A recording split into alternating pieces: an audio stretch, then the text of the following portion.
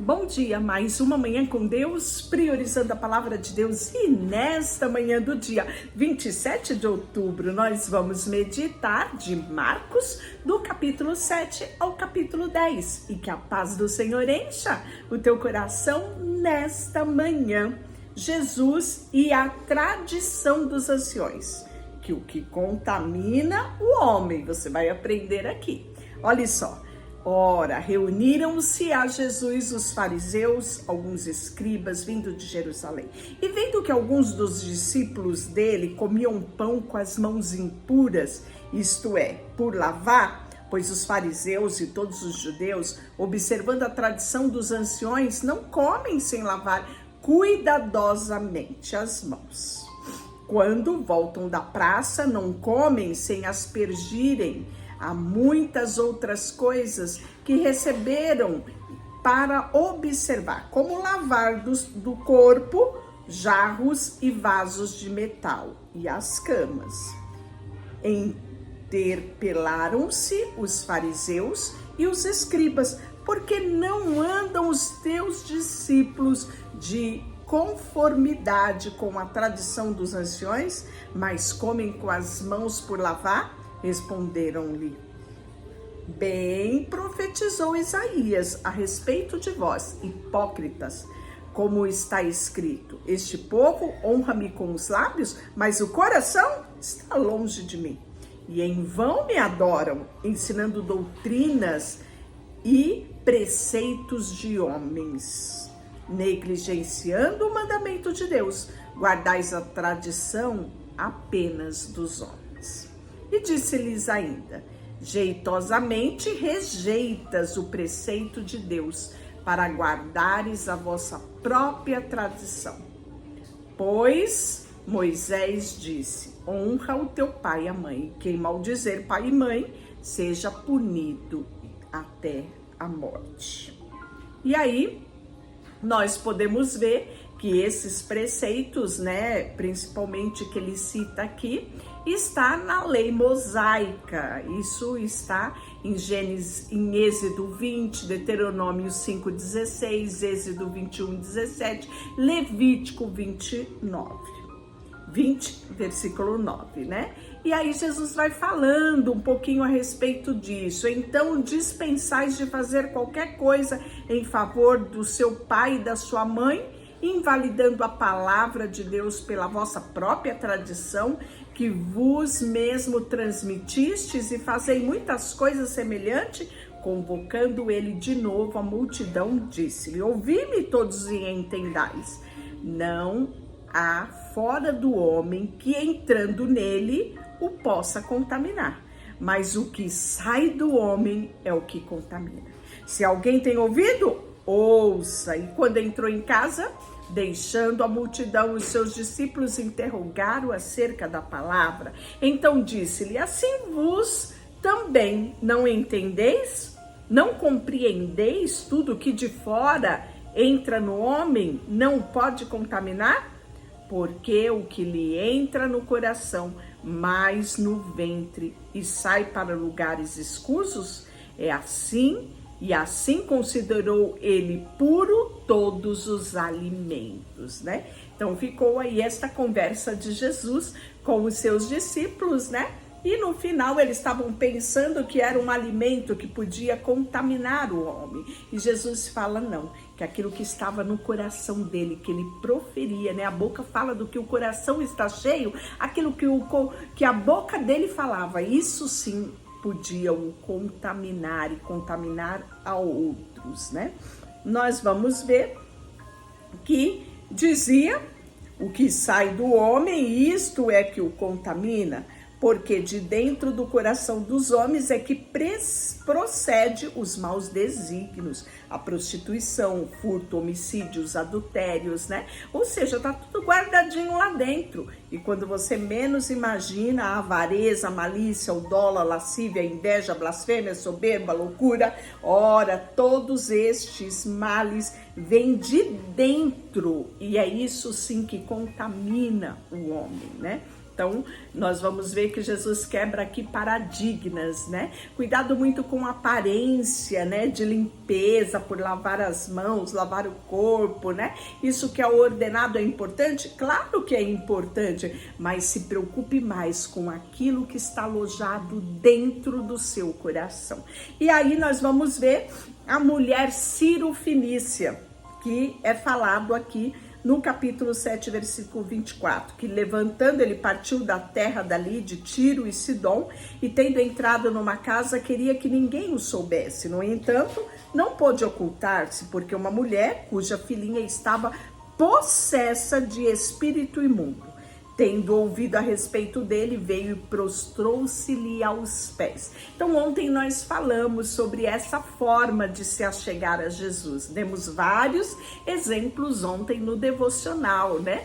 Que quando várias pessoas em diversas situações, até mesmo aquele homem que estava possesso de demônio, quando se aproximou de Jesus, né, se prostrou e o adorou, né? Então é muito importante esse momento na vida do homem. Quando ele se prostra diante de Deus, ele reconhece o senhorio de Deus. E essa mulher aqui fez isso diante de Jesus, prostrou-lhe aos seus pés, dando a ele adoração devida. Essa mulher era grega, de origem cirofenícia, e rogou que expelisse o demônio da sua filha. Pense só o sofrimento dessa mãe, não só o sofrimento, mas a culpa, né?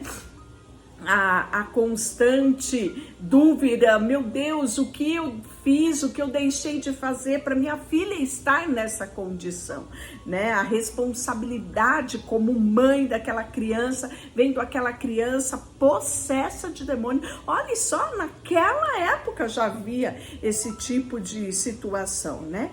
E aí, mas Jesus lhe disse, deixa primeiro, e Jesus, ele, né, meio que ignora aquela mulher, é verdade, porque olha o que ele fala, deixe primeiro que se fartem os filhos, porque não é bom tomar o pão dos filhos e lançá-los aos cachorrinhos, né? Ela, porém, lhe respondeu, sim, Senhor, mas os cachorrinhos debaixo da mesa comem as migalhas, né? Que cai da mesa do seu Senhor, né?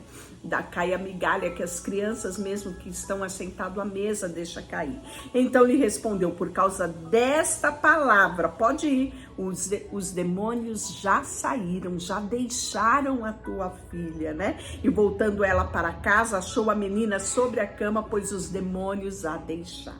Então olha que milagre extraordinário, essa mulher, ela vivencia pela humildade de se render ao Senhor. Muitas pessoas talvez se ofenderiam já com essa fala de Jesus, mas ela continua com o coração contrito e quebrantado, sabendo que de Jesus, só dele, viria a solução para a sua casa, né? Com certeza não foi só a filha dela que foi curada, uma geração foi alcançada por Jesus, e essa mulher teve um papel importantíssimo. E aí nós vamos ver a cura de um surdo gago. De novo ele vai se retirar da terra de Sidom, né? Tiro e Sidom, vai até o Mar da Galileia através do território de Decápolis. Então lhe trouxeram um surdo, um gago, né? A pessoa era surda e gaga, e suplicava que impusesse a mão sobre ele. Jesus, tirando da multidão à parte, pôs o dedo nos ouvidos e tocou a sua língua com saliva. E depois, erguendo os olhos ao céu, suspirou e disse, Efatá. Sabe o que quer dizer Efatá? Abre-se, isso mesmo, e o milagre aconteceu. Abriram-se os ouvidos, logo se soltou o empecilho da língua dele e ele falava desembaraçadamente. Olha que coisa maravilhosa, não é? E todos se maravilhavam com esses milagres que Jesus operava. Nós vamos ver a segunda multiplicação de pães que está descrita no capítulo 8, isso mesmo. Naqueles dias, quando outra vez se reuniu grande multidão, não tendo eles o que comer, chamou Jesus os discípulos e lhe disse, tenham compaixão dessa gente. gente, porque há 3 dias permanece comigo e não tenho o que comer. Olha só, as pessoas abriam mão de comer, resolviam fazer jejum, ficar sem comida, porque era espetacular estar aos pés de Jesus, ouvir Jesus falar, não é verdade? E aí os discípulos se preocuparam, porque da onde poderá alguém fartar-los de pão neste deserto? E aí Jesus perguntou, quantos pães tens? E eles disseram 7, né? Talvez ali os pães que eles levaram para suas próprias alimentações, né?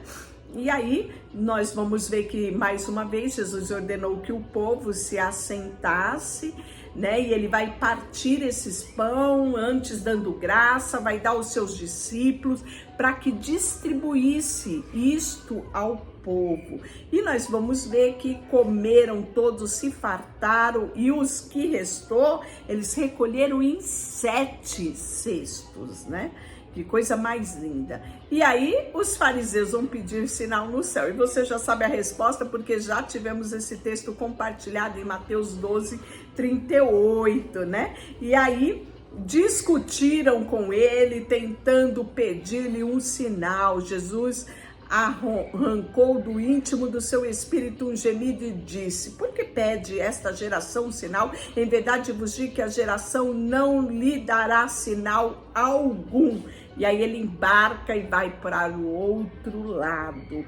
E ele vai também advertir, né, sobre o fermento dos fariseus. Lembra que nós falamos sobre isso lá no livro de Mateus? Que os discípulos pensavam, mas ele está falando do fermento do pão, né? Criaram aquela confusão e Jesus precisou ser mais claro, dizendo, não, eu não estou falando nada de pão, nada de fermento de pão, eu estou falando para vocês tomarem cuidado com os ensinos que eles trazem, né? E aí nós vamos ver que eles pensam a respeito disso justamente porque tinham acabado de sair de um milagre tão extraordinário que era a multiplicação dos pães. Nós vamos ver a cura do cego de Betsaida, que lhe trouxeram, né, rogando que o tocasse, e Jesus, tomando o cego pela mão, levou-o para fora da aldeia, aplicou saliva nos seus olhos, impôs a mão sobre ele e perguntou, você vê alguma coisa? E este, recobrando a vista, vejo homens como árvores, é assim que eu os vejo andando. Então, novamente, lhe pôs as mãos nos olhos e, passando a ver claramente, ficou restabelecido e tudo distinguia de forma perfeita. Que coisa mais linda, não é? E aí, confissão de Pedro, essa confissão de Pedro, né, quando Jesus e os seus discípulos partiram para a aldeia de Cesareia, e aí Jesus pergunta, né, o que dizem os homens quem eu sou, né? Uns responderam João Batista, outros Elias, né? Algum talvez dos profetas, é isso. E aí Jesus se vira para eles e disse, vocês, o que vocês acham, o que vocês pensam, o que vocês acham que eu sou? E aí Pedro diz, tu és o Cristo, o Filho do Deus vivo. E aí Jesus fala, né? Aqui no texto de Marcos não vemos isso, mas vimos isso lá no texto de Mateus, né? Olha, Pedro, não foi a água, não foi o sangue, mas meu Pai te revelou estas verdades. E Jesus agora já vai começar a predizer a sua morte, isso mesmo, ensinando-lhes o que era necessário, o Filho do Homem sofrer muitas coisas, ser rejeitado pelos anciões, pelos principais dos sacerdotes, escribas, ser morto, mas depois do 3º dia ressuscitaria, isso mesmo, né? Então Jesus já vai começar a preparar os discípulos para o momento da sua morte, né? E fala para os discípulos que quem quer ser discípulo renuncie a si, tome a sua cruz e siga-me, isso mesmo, tá lá no versículo 34 do capítulo 8, se alguém quer vir após mim, sim, Negue-se a si mesmo, tome a sua cruz e siga-me. Quem quiser, pois, salvar a sua vida, perdê-la-á. E quem perder a sua vida por causa de mim e do evangelho, achá-la-á. Que coisa mais maravilhosa, né? O capítulo 9, nós vamos ver a transfiguração. Vimos também isso aqui, né? Acontecer lá no livro de Mateus, e quão extraordinário foi essa experiência. Não, claro que para Jesus não tanto, né? Mas mais para os discípulos que estavam ali com eles, né? Vamos ver que isso estava lá no Mateus capítulo 3, você vai ver isso, né? E ali no monte apareceu Elias, Moisés, né? Falando com Jesus. Pedro fica maravilhado e fala: Jesus, vamos fazer aqui tenda e vamos ficar por aqui, né? Mas foi apenas uma grande experiência, né? E da mesma forma, essa nuvem os envolveu, e quando eles perceberam, somente Jesus estava ali com eles, né? E a cura também de um jovem possesso, quando eles se aproximaram dos discípulos, viram numerosa multidão ao redor dos escribas que discutiam com ele, e logo toda a multidão, ao ver Jesus tomada de surpresa, correu para ele e o saudou. Então ele interpelou os escribas: que é que discutis com eles, né? E dentre a multidão respondeu: mestre, trouxe-te o meu filho e ele estava possesso de um espírito imundo. E este, onde se apanha, lança-o na terra, né? Aquela situação terrível que esse jovem passava. E o desespero do seu pai, ao ponto dele buscar ajuda em Jesus. E aí os discípulos não conseguiram expulsar esse demônio, e ficou aquele burburinho, né, ali entre as pessoas. E aí Jesus fala, né: ô geração incrédula, até quando estarei convosco? Até quando vos sofrerei? E aí o menino traz, o rapaz, o menino, né, até Jesus, e o espírito imediatamente se agitou com violência. Ele caiu em terra, ele espumava, o texto bíblico fala, mas enfim, né? Jesus pergunta quanto tempo aquilo se sucedia, e esse jovem, ele sofria desde a infância dele, o pai disse, né? Então olha que momentos difíceis, não só esse menino, esse rapazinho, né? Mas também toda a sua família vivenciou com essa possessão demoníaca, né?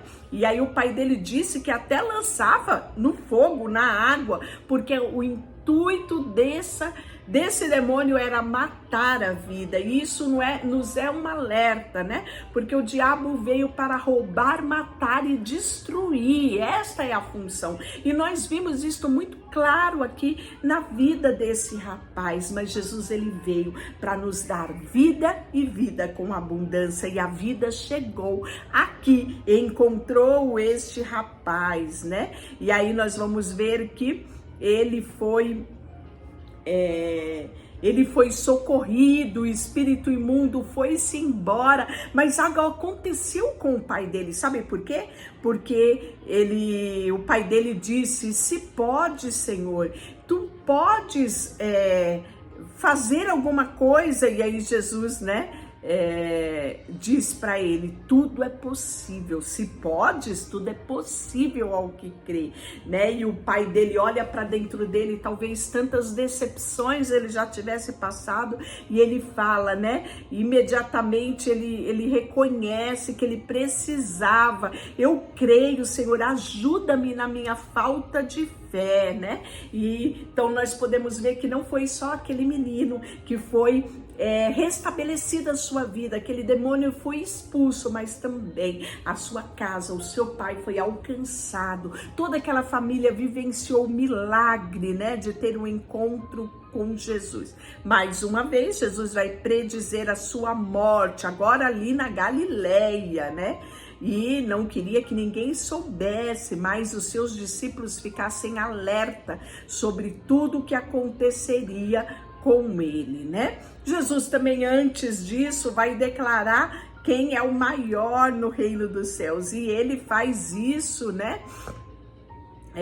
Falando aos seus discípulos, né, que aguardavam ali, discutindo, né, sobre quem era o maior no reino dos céus, né? E aí nós vamos ver que ele, assentando-se, chamou os 12 e lhe disse: alguém quer ser o primeiro, que este seja servo, que este seja o último, né? E aí vai quando ele traz as crianças para o meio dele ali, né?